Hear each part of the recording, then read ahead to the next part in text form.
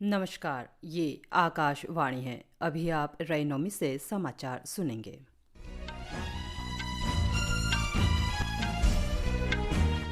पहले मुख्य समाचार।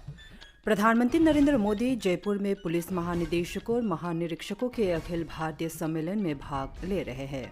भारतीय अंतरिक्ष अनुसंधान संगठन आज भारत के पहले सौर मिशन आदित्य L1 को उसके अंतिम निर्धारित कक्षा में स्थापित करेगा। नौसेना के कमांडो ने सोमालिया तट के पास व्यापारिक जहाज के अपहरण के प्रयास को विफल कर 15 भारतीयों सहित चालक दल के सभी 21 सदस्यों को बचाया। और प्रवर्तन निदेशालय ने पश्चिम बंगाल सार्वजनिक वितरण प्रणाली घोटाला मामले में तृणमूल कांग्रेस नेता शंकर आध्या को गिरफ्तार किया। अब समाचार विस्तार से।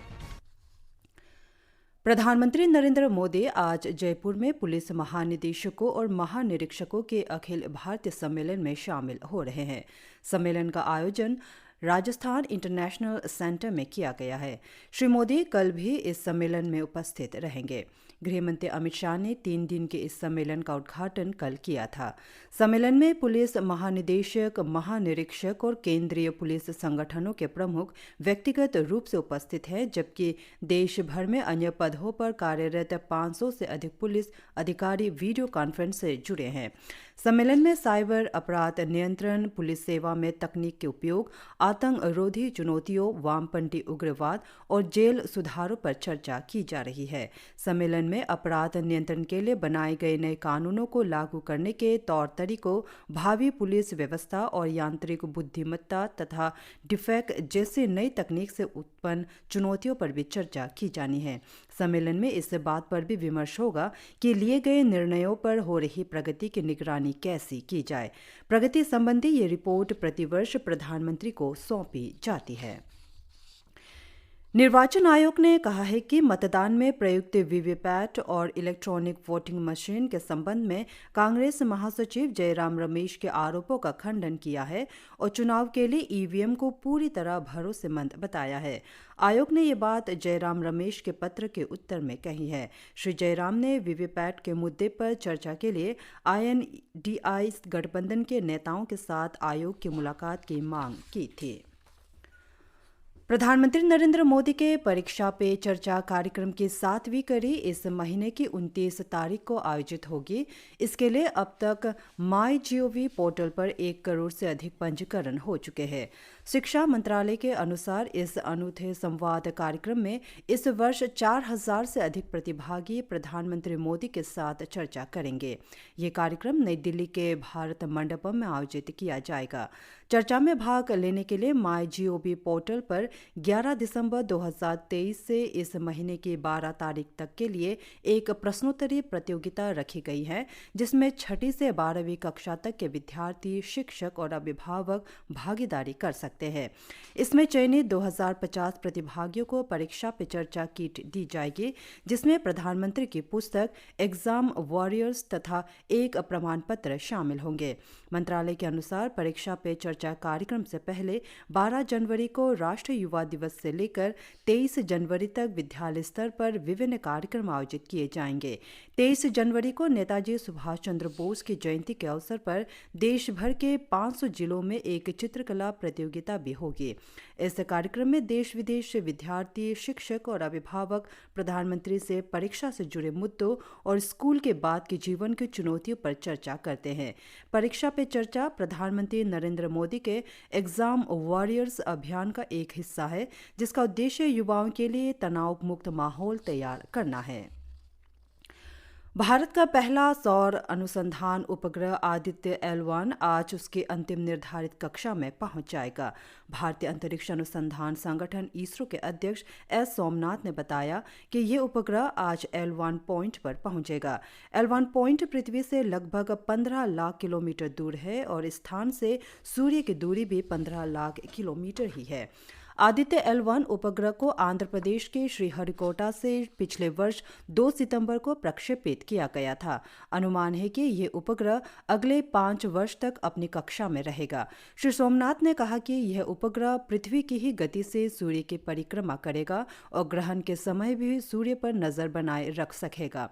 L1 पॉइंट पर पहुंचाने के लिए इस अंतरिक्ष यान की प्रणोदन प्रणाली को कुछ देर के अंतराल पर फायर किया जाएगा। फिलहाल आदित्य L1 पृथ्वी से लगभग 15 लाख किलोमीटर की दूरी पर है। आदित्य L1 सूर्य की परिधि, इसकी ऊष्मा और पृथ्वी पर इसके प्रभाव के अध्ययन में सहायक होगा।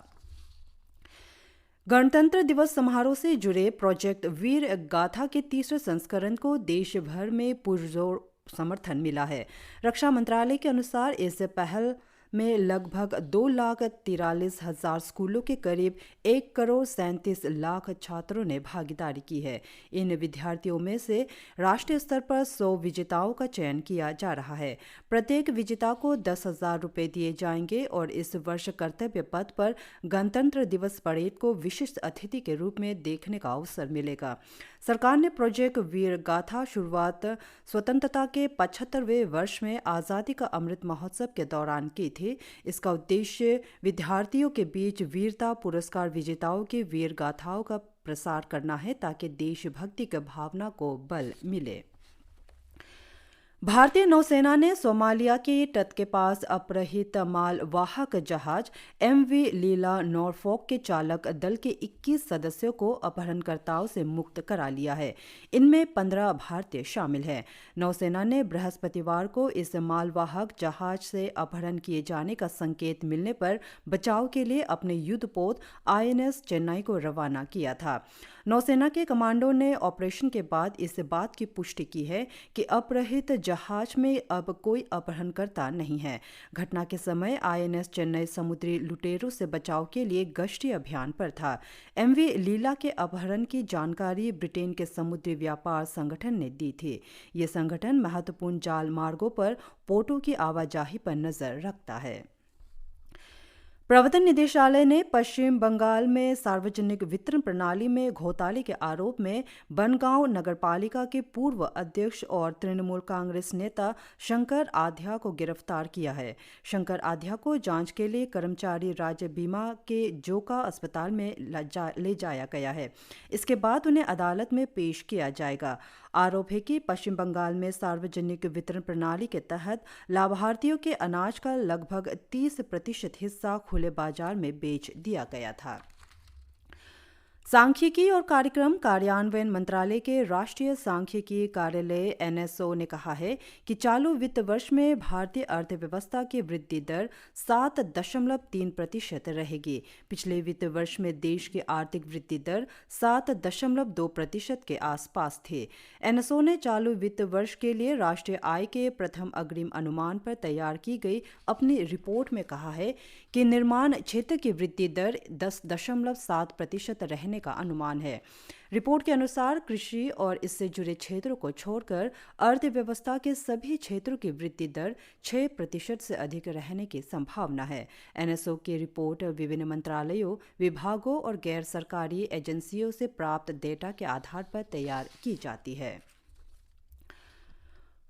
महिला T20 क्रिकेट में कल मुंबई में भारत ने ऑस्ट्रेलिया को 9 विकेट से हरा दिया। जीत के लिए 142 रन का लक्ष्य भारत ने 9 विकेट और 14 गेंद शेष रहते लक्ष्य हासिल कर लिया। इस जीत के साथ ही भारत ने ऑस्ट्रेलिया के साथ 3 मैचों की श्रृंखला में 1-0 की बढ़त ले ली है। भारत के लिए 4 विकेट लेने वाली टीटा साधु को प्लेयर ऑफ द मैच घोषित किया गया। श्रृंखला का दूसरा मैच 7 जनवरी को और तीसरा मैच 9 जनवरी को खेला जाएगा। जोहान्सबर्ग में 3 देशों की अंडर 19 एक दिवसीय क्रिकेट श्रृंखला में इस समय भारत का सामना दक्षिण अफ्रीका से हो रहा है। भारत ने टॉस जीतकर गेंदबाजी का फैसला किया। प्रतियोगिता में भारत अपने सभी मैच जीतकर तालिका में शीर्ष पर है। अफगानिस्तान दूसरे और मेजबान दक्षिण अफ्रीका तीसरे स्थान पर है। प्रतियोगिता का फाइनल 10 जनवरी को खेला जाएगा। चालू वित्त वर्ष में भारत के सकल घरेलू उत्पाद यानी GDP की वृद्धि दर 7.3% रहने का अनुमान है। राष्ट्रीय सांख्यिकी कार्यालय से राष्ट्रीय आय के संबंध में कल जारी प्रथम अग्रिम अनुमान के अनुसार निवेश और सरकार के व्यय के कारण खनन, विनिर्माण और वित्तीय सेवा क्षेत्र में वृद्धि होगी, जो समग्र रूप से GDP की वृद्धि दर को तेज करने में सहायक होगी। सरकार का अनुमान है कि निवेश और विनिर्माण में वृद्धि के कारण दूसरी 6 छमाही में अर्थव्यवस्था की वृद्धि दर 6.9% रह सकती है। इसी के साथ ये समाचार बुलेटिन समाप्त हुए। नमस्कार।